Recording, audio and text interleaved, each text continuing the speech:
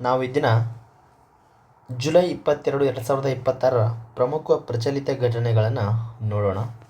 ನೋಡಿ, question number 1. ಕರ್ನಾಟಕದಲ್ಲಿ ಪ್ರಸ್ತುತ ನಡೆಯುತ್ತಿರುವ ವಿಶೇಷ ತೀವ್ರ ಮತದಾರರ ಪರಿಷ್ಕರಣೆ SIR ಪ್ರಕಾರ ರಾಜ್ಯದಲ್ಲಿ ಎಷ್ಟು ಲಕ್ಷ ಮತದಾರರನ್ನು ಸಂಭಾವ್ಯ ಅಳಿಸುವಿಕೆಗಾಗಿ ಪಾಸಿಬಲ್ ಡಿಲೀಟೇಷನ್ ಗುರುತಿಸಲಾಗಿದೆ? ಎಷ್ಟು ಲಕ್ಷ ಅಂದರೆ ಸುಮಾರು 47 ಲಕ್ಷಕ್ಕೂ ಹೆಚ್ಚು. ನೋಡಿ, ಜುಲೈ 22, 2026 ಪ್ರಮುಖ ವರದಿಗಳ ಪ್ರಕಾರ ಕರ್ನಾಟಕದ ಮುಖ್ಯ ಚುನಾವಣಾ ಅಧಿಕಾರಿಯ ಮಾಹಿತಿಯಂತೆ ರಾಜ್ಯದ ಒಟ್ಟು ಮತದಾರರಲ್ಲಿ 8.48% ಅಂದರೆ 47 ಲಕ್ಷಕ್ಕಿಂತ ಅಧಿಕ ಮತದಾರರನ್ನು ವಿಳಾಸ ಬದಲಾವಣೆ, ಸಾವು ಅಥವಾ ನಕಲಿ ದಾಖಲೆ ಕಾರಣಗಳಿಂದ ಪರಿಶೀಲನೆಗೆ ಗುರಿಪಡಿಸಲಾಗಿರ್ತಕ್ಕಂಥದ್ದು. SIR ಪ್ರಕ್ರಿಯೆಯು ಜೂನ್ 30, 2026 ಪ್ರಾರಂಭವಾಯಿತು.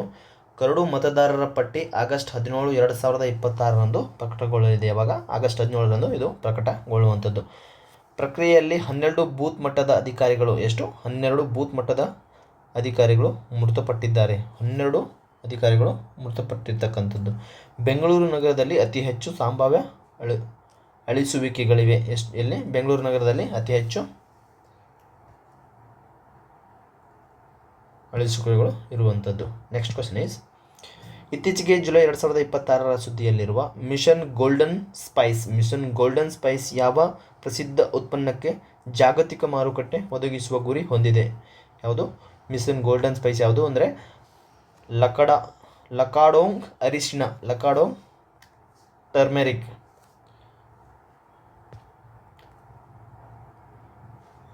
ಲಕಾಡೋಂಗ್ ಅರಿಶಿಣ.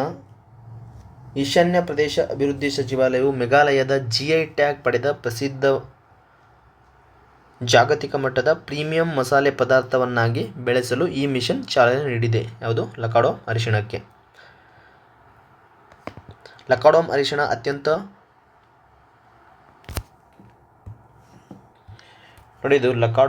ಅತ್ಯಂತ ಕಕ್ಯೂಮಿಂಗ್ ಅಂಶ ಹೊಂದಿರತಕ್ಕಂಥದ್ದು. ಇದು ಮೇಘಾಲಯ ರಾಜ್ಯದ GI ಟ್ಯಾಗ್ ಪಡೆದ ಉತ್ಪನ್ನವಾಗಿರ್ತಕ್ಕಂಥದ್ದು. ಯಾವುದು? ಲಕಾಡೋಂಗ್ ಅರಿಶಿಣ. ಈಶಾನ್ಯ ಕೃಷಿ ವಲಯದ ಪ್ರಮುಖ ರಫ್ತು ಬೆಳೆಯಾಗಿದೆ. ಯಾವುದು? ಲಕಾಡೋಂಗ್ ಅರಿಶಿಣ. ಭಾರತವು ವಿಶ್ವದ ಅತಿ ದೊಡ್ಡ ಅರಿಶಿಣ ಉತ್ಪಾದಕ ದೇಶವಾಗಿರ್ತಕ್ಕಂಥದ್ದು. ಯಾವುದು? ಭಾರತ. ನೆಕ್ಸ್ಟ್ ಕ್ವಶನ್ ಈಸ್, ಇತ್ತೀಚೆಗೆ ಸಿಕ್ಕಿಂನಲ್ಲಿರುವ ತೀಸ್ತಾ ಜಲವಿದ್ಯುತ್ ಯೋಜನೆಯ ಸುರಂಗ ನಿರ್ಮಾಣ ಸ್ಥಳದಲ್ಲಿ ಸಂಭವಿಸಿದ ಸ್ಫೋಟಕ್ಕೆ ಪ್ರಮುಖ ಕಾರಣವಾದ ಅನಿಲ ಯಾವುದಂದರೆ ಅದು ಮೀಥೇನ್ ಅನಿಲ. Option B is the right answer. Methane. ಇದರ ಅಣುಸೂತ್ರ ಬಂದ್ಬಿಟ್ಟು CH4, ಮೀಥೇನ್. ನೋಡಿ, ಸಿಕ್ಕಿಂನ ತೀಸ್ತಾ ಜಲವಿದ್ಯುತ್ ಯೋಜನೆಯ ಸುರಂಗದಲ್ಲಿ ಸಂಗ್ರಹವಾಗಿದ್ದ ಮೀಥೇನ್ ಅನಿಲ ಸ್ಫೋಟಗೊಂಡಿದ್ದರಿಂದ ಈ ದುರಂತ ಸಂಭವಿಸಿದೆ. ಮೀಥೇನ್ ಅತ್ಯಂತ ದಹನಕಾರಿ ಹೈಡ್ರೋಕಾರ್ಬನ್ ಆಗಿರತಕ್ಕಂಥದ್ದು. ಯಾವುದು? ಮೀಥೇನ್. ಮೀಥೇನ್ ಅನ್ನು ಮಾರ್ಸ್ ಗ್ಯಾಸ್ ಎಂದು ಸಹ ಕರೆಯುತ್ತಾರೆ. ಗಾಳಿಯೊಂದಿಗೆ 5ರಿಂದ 15% ಮಿಶ್ರಣವಾದಾಗ ಸ್ಫೋಟ ಸಂಭವಿಸುತ್ತದೆ. ಯಾವುದು? ಮೀಥೇನ್ ಅನಿಲ. ತೀಸ್ತಾ ನದಿಯು ಬ್ರಹ್ಮಪುತ್ರ ನದಿಯ ಉಪನದಿಯಾಗಿದೆ. ಯಾವುದು? ತೀಸ್ತಾ ನದಿ. ಸುರಂಗಗಳಲ್ಲಿ ಅನಿಲ ಪತ್ತೆ ಹಚ್ಚುವ ಗ್ಯಾಸ್ ಸೆನ್ಸಾರ್ ಕಡ್ಡಾಯವಾಗಿ ಬಳಸುವಂಥದ್ದು. ಯಾವುದು? Gas sensor. Next question is, 16 ವರ್ಷದೊಳಗಿನ ಮಕ್ಕಳಿಗೆ ಸಾಮಾಜಿಕ ಜಾಲತಾಣಗಳ ಸೋಷಿಯಲ್ ಮೀಡಿಯಾ ಬಳಕೆಯನ್ನು ನಿರ್ಬಂಧಿಸುವ ಪ್ರಸ್ತಾಪವನ್ನು ಪ್ರಕಟಿಸಿದ ಭಾರತದ ಮೊದಲ ರಾಜ್ಯ ಯಾವುದಂದರೆ ಅದು ನಮ್ಮ Karnataka. Option B is the right answer. Karnataka. ಆಸ್ಟ್ರೇಲಿಯಾದ ಮಾದರಿಯಲ್ಲಿ 16 ವರ್ಷಕ್ಕಿಂತ ಕಡಿಮೆ ವಯಸ್ಸಿನ ಮಕ್ಕಳಿಗೆ ಸೋಷಿಯಲ್ ಮೀಡಿಯಾ ಬಳಕೆಯ ಮೇಲೆ ಕಾನೂನುಬದ್ಧ ನಿಯಂತ್ರಣ ತರಲು ನಿರ್ಧರಿಸಿದ ಭಾರತದ ಪ್ರಥಮ ರಾಜ್ಯವಾಗಿ ಕರ್ನಾಟಕ ಹೊರಹೊಮ್ಮಿದೆ. ಆಸ್ಟ್ರೇಲಿಯಾ ಇಂತಹ ಕಾನೂನು ತಂದ ವಿಶ್ವದ ಮೊದಲ ದೇಶ. ಯಾವುದು? ಆಸ್ಟ್ರೇಲಿಯಾ ಮೊದಲ ದೇಶ. ಅಪ್ರಾಪ್ತರ ಮಾನಸಿಕ ಆರೋಗ್ಯ ಹಾಗೂ ಸೈಬರ್ ಭದ್ರತೆ ಇದರ ಮುಖ್ಯ ಉದ್ದೇಶವಾಗಿರ್ತಕ್ಕಂಥದ್ದು. ಡಿಜಿಟಲ್ ಪೋಷಕತ್ವ ನಿಯಮಗಳಿಗೆ ಇದು ನಿದರ್ಶನ ನೀಡುತ್ತದೆ. ಯಾವುದು? ಡಿಜಿಟಲ್ ಪೋಷಕತ್ವ. ಕರ್ನಾಟಕದ ITBT ಸಚಿವಾಲಯ ಈ ಕರಡನ್ನು ರೂಪಿಸುತ್ತಿದೆ. ಅದು ITBT ಸಚಿವಾಲಯ. ಇತ್ತೀಚೆಗೆ ಸುದ್ದಿಯಲ್ಲಿರುವ ಶಾಹಿದ್ ಬೆಹೆಸ್ತಿ ಟರ್ಮಿನಲ್ ಯಾವ ಪ್ರಸಿದ್ಧ ಬಂದರಿನಲ್ಲಿದೆ ಮತ್ತು ಇದನ್ನು ಭಾರತವು ಯಾವ ದೇಶದಲ್ಲಿ ನಿರ್ಮಿಸುತ್ತಿದೆ? ಶಾಹಿದ್ ಬೆಹೆಸ್ತಿ ಯಾವುದು? ಚಹಬಾರ್ ಬಂದರು. ಇದು ಇರೋದು ಇರಾನ್ ದೇಶದಲ್ಲಿ. ಇರಾನ್ನ ಚಹಬಾರ್ ಬಂದರು. ಇರಾನ್ನಲ್ಲಿರುವ ಚಹಬಾರ್ ಬಂದರಿನ ಶಾಹಿದ್ ಬೆಹೆಸ್ತಿ ಟರ್ಮಿನಲ್ ಸುಕ್ಷೇಮವಾಗಿದ್ದು ಭಾರತದ ವಿದೇಶಾಂಗ ಸಚಿವಾಲಯವು ಇತ್ತೀಚೆಗೆ ವದಂತಿಗಳನ್ನು ಸ್ಪಷ್ಟಪಡಿಸಿದೆ. ಭಾರತವು ಇದಕ್ಕೆ 10 ವರ್ಷಗಳ ಒಪ್ಪಂದ ಮಾಡಿಕೊಂಡಿರ್ತಕ್ಕಂಥದ್ದು. ಯಾವ ಬಂದರಿಗೆ? ಚಹಬಾರ್ ಬಂದರು, ಭಾರತ ನಿರ್ಮಿಸಿರ್ತಕ್ಕಂಥ ಇರಾನ್ನಲ್ಲಿರುವಂತಹ ಒಂದು ಬಂದರು. ಇದನ್ನು ಇಂಡಿಯಾ ಪೋರ್ಟ್ಸ್ ಗ್ಲೋಬಲ್ ಲಿಮಿಟೆಡ್ ನಿರ್ವಹಿಸುತ್ತಿದೆ. ಯಾವುದು? ಈ ಬಂದರನ್ನು. ಪಾಕಿಸ್ತಾನವನ್ನು ಬೈಪಾಸ್ ಮಾಡಿ ಅಫ್ಘಾನಿಸ್ತಾನಕ್ಕೆ ಸಂಪರ್ಕ ಕಲ್ಪಿಸುವ ಮುಖ್ಯವಾದ ಯೋಜನೆ ಇದಾಗಿರ್ತಕ್ಕಂಥದ್ದು. ನೋಡಿ, INSTC ಉತ್ತರ ದಕ್ಷಿಣ ರಸ್ತೆ ಸಾರಿಗೆ ಕಾರಿಡಾರ್ಗೆ ಪ್ರಮುಖ ಉಪಯೋಗವಾಗುವಂಥದ್ದು. ಒಮಾನ್ ಕೊಲ್ಲಿಯಲ್ಲಿರುವ ಮಹತ್ವದ ತಂತ್ರಜ್ಞಾನ ಬಂದರು ಇದಾಗಿದೆ. ಎಲ್ಲಿ? ಒಮಾನ್ ಕೊಲ್ಲಿಯಲ್ಲಿ. ನೆಕ್ಸ್ಟ್ ಕ್ವಶನ್ ಈಸ್, ಸಂಸತ್ತಿನ ಮುಂಗಾರು ಅಧಿವೇಶನದಲ್ಲಿ ನೀಟ್ UG ಪರೀಕ್ಷಾ ಪೇಪರ್ ಸೋರಿಕೆ ವಿಚಾರಕ್ಕೆ ಸಂಬಂಧಿಸಿದಂತೆ ಯಾವ ಕೇಂದ್ರ ಸಚಿವರ ರಾಜೀನಾಮೆಗೆ ವಿಪಕ್ಷಗಳು ಪಟ್ಟು ಹಿಡಿದಿವೆ? ಯಾವುದಂದರೆ ಧರ್ಮೇಂದ್ರ ಪ್ರಧಾನ್, ಶಿಕ್ಷಣ ಸಚಿವ ಧರ್ಮೇಂದ್ರ ಪ್ರಧಾನ್. ಜುಲೈ 22, 2026ರಂದು ಲೋಕಸಭೆಯ ಮುಂಗಾರು ಅಧಿವೇಶನದಲ್ಲಿ ಕೇಂದ್ರ ಶಿಕ್ಷಣ ಸಚಿವ ಧರ್ಮೇಂದ್ರ ಪ್ರಧಾನ್ ಅವರ ವಿರುದ್ಧ ವಿಪಕ್ಷಗಳು ನೀಟ್ ಪೇಪರ್ ಸೋರಿಕೆ ಹೊಣೆ ಹೊತ್ತು ರಾಜೀನಾಮೆ ನೀಡಬೇಕೆಂದು ಪ್ರತಿಭಟಿಸಿದವು. ಧರ್ಮೇಂದ್ರ ಪ್ರಧಾನ್ ಕೇಂದ್ರ ಶಿಕ್ಷಣ ಸಚಿವರಾಗಿದ್ದಾರೆ. NTA ರಾಷ್ಟ್ರೀಯ ಪರೀಕ್ಷಾ ಏಜೆನ್ಸಿ ಪರೀಕ್ಷೆಗಳನ್ನು ನಡೆಸುತ್ತಿದೆ. ಯಾವುದು? NTA ರಾಷ್ಟ್ರೀಯ ಪರೀಕ್ಷಾ ಏಜೆನ್ಸಿ ಇದು ಪರೀಕ್ಷೆಗಳನ್ನು ನಡೆಸುತ್ತದೆ. ಸಂಸತ್ತಿನ ಪ್ರಶ್ನೋತ್ತರ ವೇಳೆ ಕ್ವಶನ್ ಅವರ್ ಸಂವಿಧಾನದ ಒಂದು ಭಾಗ. ಇದು ಎಲ್ಲಿ ಬರುತ್ತೆ ಅಂದರೆ ಪ್ರಶ್ನೋತ್ತರ ವೇಳೆ ಅಂತ ಸಂವಿಧಾನದ ಕಲಾಪಗಳಲ್ಲಿ ಬರುವಂಥದ್ದು. ಪರೀಕ್ಷಾ ಅಕ್ರಮ ತಡೆ ಕಾಯ್ದೆ 2024 ಜಾರಿಯಲ್ಲಿದೆ. ಎಲ್ಲಿ? 2024 ಜಾರಿಯಲ್ಲಿದೆ. ಆದರೂ ಇಂಥ ಅಕ್ರಮಗಳೆಲ್ಲ ನಡೀತಿರೋದು. ಅದು ಏನು ಉಪಯೋಗ ಆಗಿದೆಯೋ ಅವರಿಗೆ ಗೊತ್ತು. ನೋಡಿ, UGC ಮತ್ತು NET ಪರೀಕ್ಷೆಗೆ ಸಂಬಂಧಿಸಿದಂತೆ ಜೂನಿಯರ್ ರಿಸರ್ಚ್ ಫೆಲೋಶಿಪ್ ಸೌಲಭ್ಯಗಳ ಕೊರತೆ ಬಗ್ಗೆ ಸಂಸತ್ತಿನಲ್ಲಿ ಪ್ರಶ್ನೆ ಎತ್ತಿದ ಸಂಸದರು ಯಾರು ಅಂದರೆ ಶಶಿ ತರೂರ್. ಲೋಕಸಭೆಯಲ್ಲಿ ಸಂಸದ ಶಶಿ ತರೂರ್ ಅವರು UGC ನೆಟ್ ಪರೀಕ್ಷೆಯಲ್ಲಿ ಅರ್ಹತೆ ಪಡೆಯುವ ಅಭ್ಯರ್ಥಿಗಳಿಗೆ ಜೂನಿಯರ್ ರಿಸರ್ಚ್ ಫೆಲೋಶಿಪ್ ಕೋಟಾ ಕಡಿತವಾಗಿರುವ ಬಗ್ಗೆ ಪ್ರಶ್ನಿಸಿದರು. UGC ಕಾಯ್ದೆ ಜಾರಿಗೆ ಬಂದಿದ್ದು ಯಾವಾಗ ಅಂದರೆ 1956ರ ಅಡಿಯಲ್ಲಿ UGC ಕಾಯ್ದೆ ಜಾರಿಗೆ ಬಂದಿರತಕ್ಕಂಥದ್ದು. UGC ಪ್ರಸ್ತುತ ಅಧ್ಯಕ್ಷರು ಜಗದೀಶ್ ಕುಮಾರ್. GRF ಸಂಶೋಧಕರಿಗೆ ನೀಡಲಾಗುವ ಮಾಸಿಕ ಆರ್ಥಿಕ ಧನ ಸಹಾಯ. GRF ಅನ್ನೋದು ಒಂದು ಮಾಸಿಕ ಧನ ಸಹಾಯ. UGCಯ ಪ್ರಧಾನ ಕಚೇರಿ ಇರೋದೆಲ್ಲಂದರೆ ನವದೆಹಲಿಯಲ್ಲಿ. ಇಂಜಿನಿಯರಿಂಗ್ ವಿದ್ಯಾರ್ಥಿಗಳಿಗೆ ಆಧುನಿಕ ತಾಂತ್ರಿಕ ತರಬೇತಿ ನೀಡಲು ಕರ್ನಾಟಕದ ಯಾವ ಜಾಗತಿಕ ಸಂಸ್ಥೆಯೊಂದಿಗೆ ಒಪ್ಪಂದ ಮಾಡಿಕೊಂಡಿದೆ? ಗೂಗಲ್ VTU ಜೊತೆ ಒಪ್ಪಂದ ಮಾಡಿರ್ತಕ್ಕಂಥದ್ದು. ಏನು? ಗೂಗಲ್.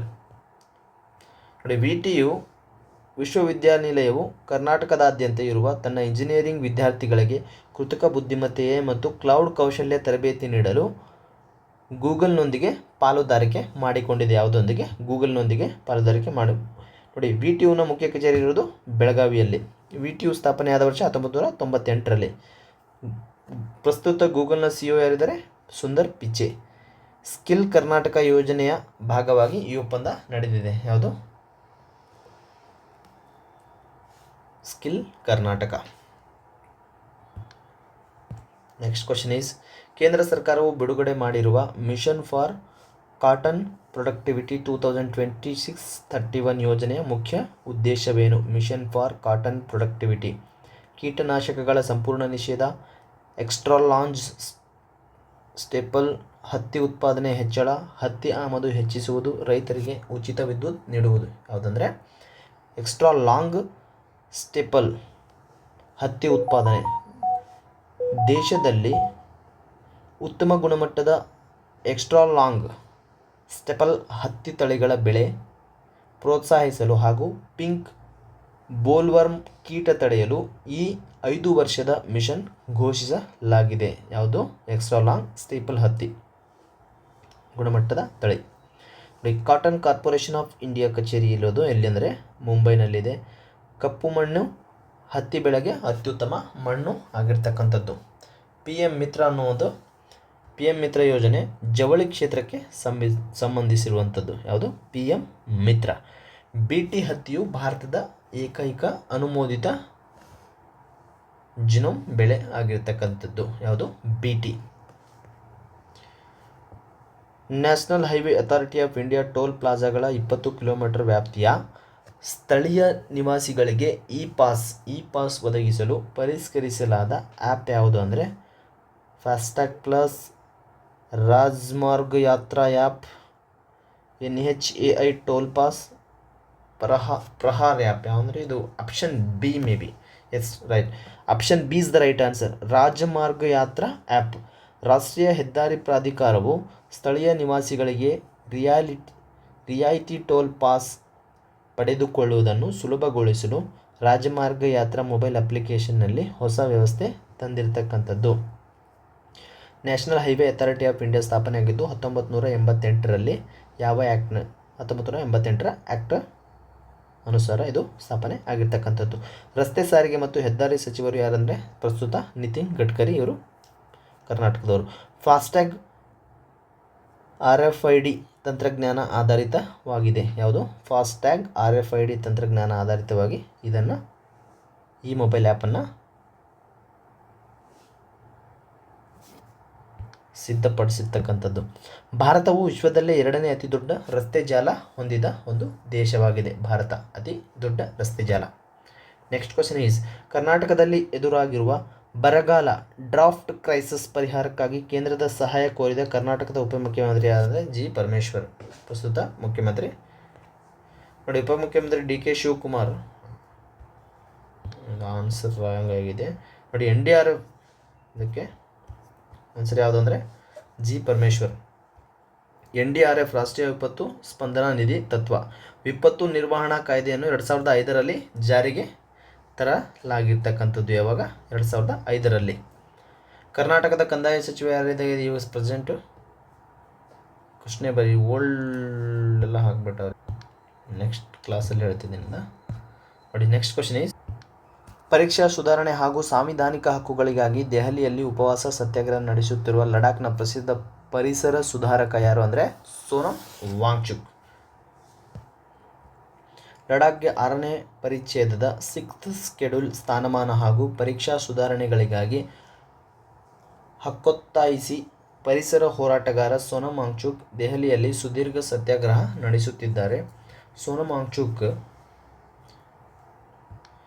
ಸೈಕ್ಮೋಲ್ ಸಂಸ್ಥೆಯ ಸಂಸ್ಥಾಪಕರಾಗಿದ್ದಾರೆ. ಯಾರು? ಸೋನಮ್ ವಾಂಗ್ಚುಕ್. ಇವರಿಗೆ ರಾಮನ್ ಮ್ಯಾಗ್ಸೆಸ್ ಪ್ರಶಸ್ತಿ 2018ರಲ್ಲಿ ಲಭಿಸಿರ್ತಕ್ಕಂಥದ್ದು. ಯಾರಿಗೆ? ಸೋನಮ್ ವಾಂಗ್ಚುಕ್. ಇವರೊಬ್ಬ ಸೈಂಟಿಸ್ಟ್ ಆಗಿರ್ತಾರೆ. ಐಸ್ ಸ್ತೂಪ ಕೃತಕ ಹಿಮಪಾತ ತಂತ್ರಜ್ಞಾನ ರೂಪಿಸಿದರು. ಐಸ್ ಸ್ತೂಪ ಅನ್ನೋ ಒಂದು ಹಿಮಪಾತ ತಂತ್ರಜ್ಞಾನವನ್ನು ರೂಪಿಸಿದವರು ಯಾರು? ಸೋನಮ್ ವಾಂಗ್ಚುಕ್. 6ನೇ ಪರಿಚ್ಛೇದವು ಗಿರಿಜನ ಪ್ರದೇಶಗಳಿಗೆ ಸ್ವಾಯತ್ತತೆ ನೀಡುತ್ತದೆ. ನೋಡಿ, ಇವರ ಮೇಲೆ ಒಂದು ಮೂವಿ ಕೂಡ ಬಂದಿದೆ. ಯಾವುದಂದರೆ 3 Idiots ಮೂವಿ. ಇವರ ರಿಯಲ್ ಘಟನೆ ಆಧಾರಿತ ಒಂದು ಮೂವಿ ಆಗಿರ್ತಕ್ಕಂಥದ್ದು. ಅಮೀರ್ ಖಾನ್ ಅವರು ನಟನೆ ಮಾಡಿರ್ತಕ್ಕಂಥದ್ದು. ಇತ್ತೀಚೆಗೆ ಅಮೆರಿಕ ಸರ್ಕಾರವು ಯಾವ ಪ್ರಮುಖ ದೇಶದೊಂದಿಗೆ ನಾಗರಿಕ ಪರಮಾಣು ಒಪ್ಪಂದ ಪ್ರಕಟಿಸಿದ್ದಾರೆ ಅಂದರೆ ಅದು United Arab Emirates, Saudi Arabia, Qatar, Vietnam.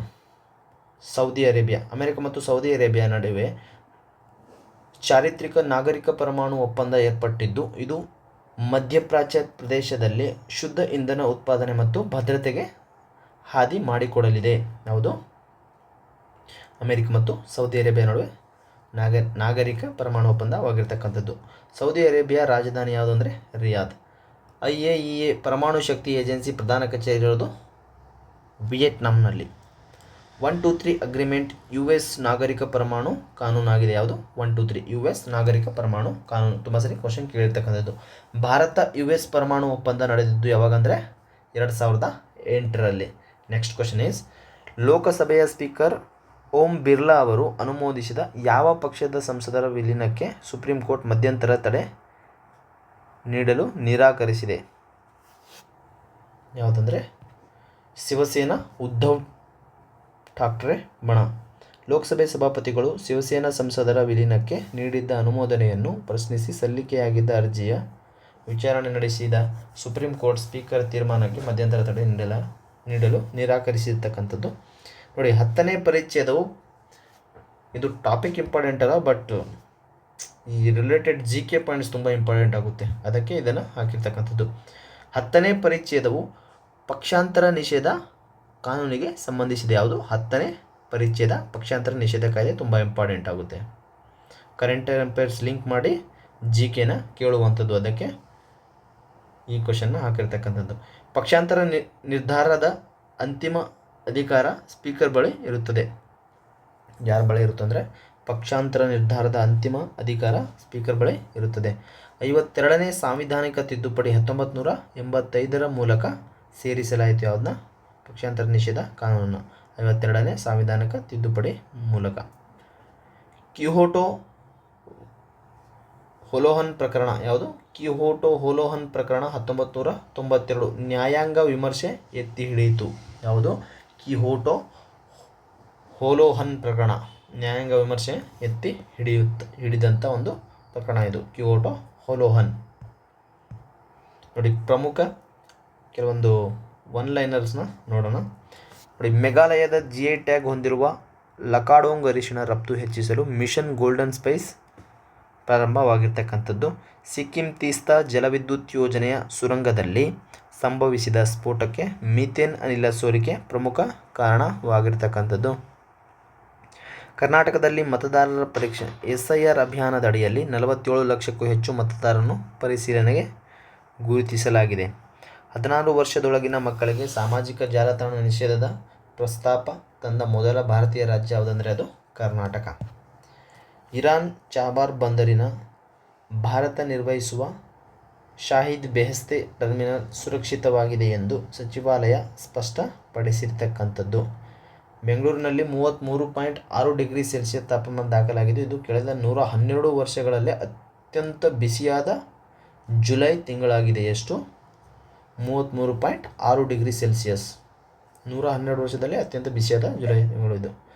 National highway authority of ಇಂಡಿಯಾದ ಹೆದ್ದಾರಿ ಸ್ಥಳೀಯ ನಿವಾಸಿಗಳ ಪಾಸ್ಗಾಗಿ ರಾಜಮಾರ್ಗ ಯಾತ್ರಾ ಆ್ಯಪ್ ಸೇವೆ ಪರಿಷ್ಕರಿಸಿದೆ. ಕರ್ನಾಟಕದ VTU ವಿಶ್ವವಿದ್ಯಾಲಯವು ವಿದ್ಯಾರ್ಥಿಗಳ ತಾಂತ್ರಿಕ ತರಬೇತಿಗೆ ಗೂಗಲ್ನೊಂದಿಗೆ ಒಪ್ಪಂದ ಮಾಡಿಕೊಂಡಿರ್ತಕ್ಕಂಥದ್ದು. ಯಾರೊಂದಿಗೆ? ಗೂಗಲ್ನೊಂದಿಗೆ. ಯುನೈಟೆಡ್ ಸ್ಟೇಟ್ಸ್ ಸರ್ಕಾರವು ಇತ್ತೀಚೆಗೆ ಸೌದಿ ಅರೇಬಿಯಾ ದೇಶದೊಂದಿಗೆ ನಾಗರಿಕ ಪರಮಾಣು ಒಪ್ಪಂದ ಪ್ರಕಟಿಸಿದೆ. ಯಾವುದು? ನಾಗರಿಕ ಪರಮಾಣು ಒಪ್ಪಂದ. ಲೋಕಸಭಾ ಸ್ಪೀಕರ್ ಅವರು ಶಿವಸೇನಾ ಸಂಸದರ ವಿಲೀನ ಅನುಮೋದನೆಗೆ ಸುಪ್ರೀಂ ಕೋರ್ಟ್ ಮಧ್ಯಂತರ ತಡೆ ನೀಡಲು ನಿರಾಕರಿಸಿದೆ. Thank you so much friends. ದಯವಿಟ್ಟು ಚಾನಲ್ನ ಸಬ್ಸ್ಕ್ರೈಬ್ ಮಾಡ್ಕೊಳ್ಳಿ. ಡೈಲಿ ಕರೆಂಟ್ ಅಫೇರ್ಸ್ನ ಅಪ್ಡೇಟ್ ಮಾಡ್ಕೊತ ಇರಿ. ಅಪ್ಕಮಿಂಗ್ ಕಾಂಪಿಟೇಟಿವ್ ಎಕ್ಸಾಮಿನೇಷನ್ಗೆ ತುಂಬ ಹೆಲ್ಪ್ ಆಗುವಂಥದ್ದು. Thank you so much. ದಯವಿಟ್ಟು ಲೈಕ್ ಮಾಡಿ, ಸಬ್ಸ್ಕ್ರೈಬ್ ಮಾಡಿ.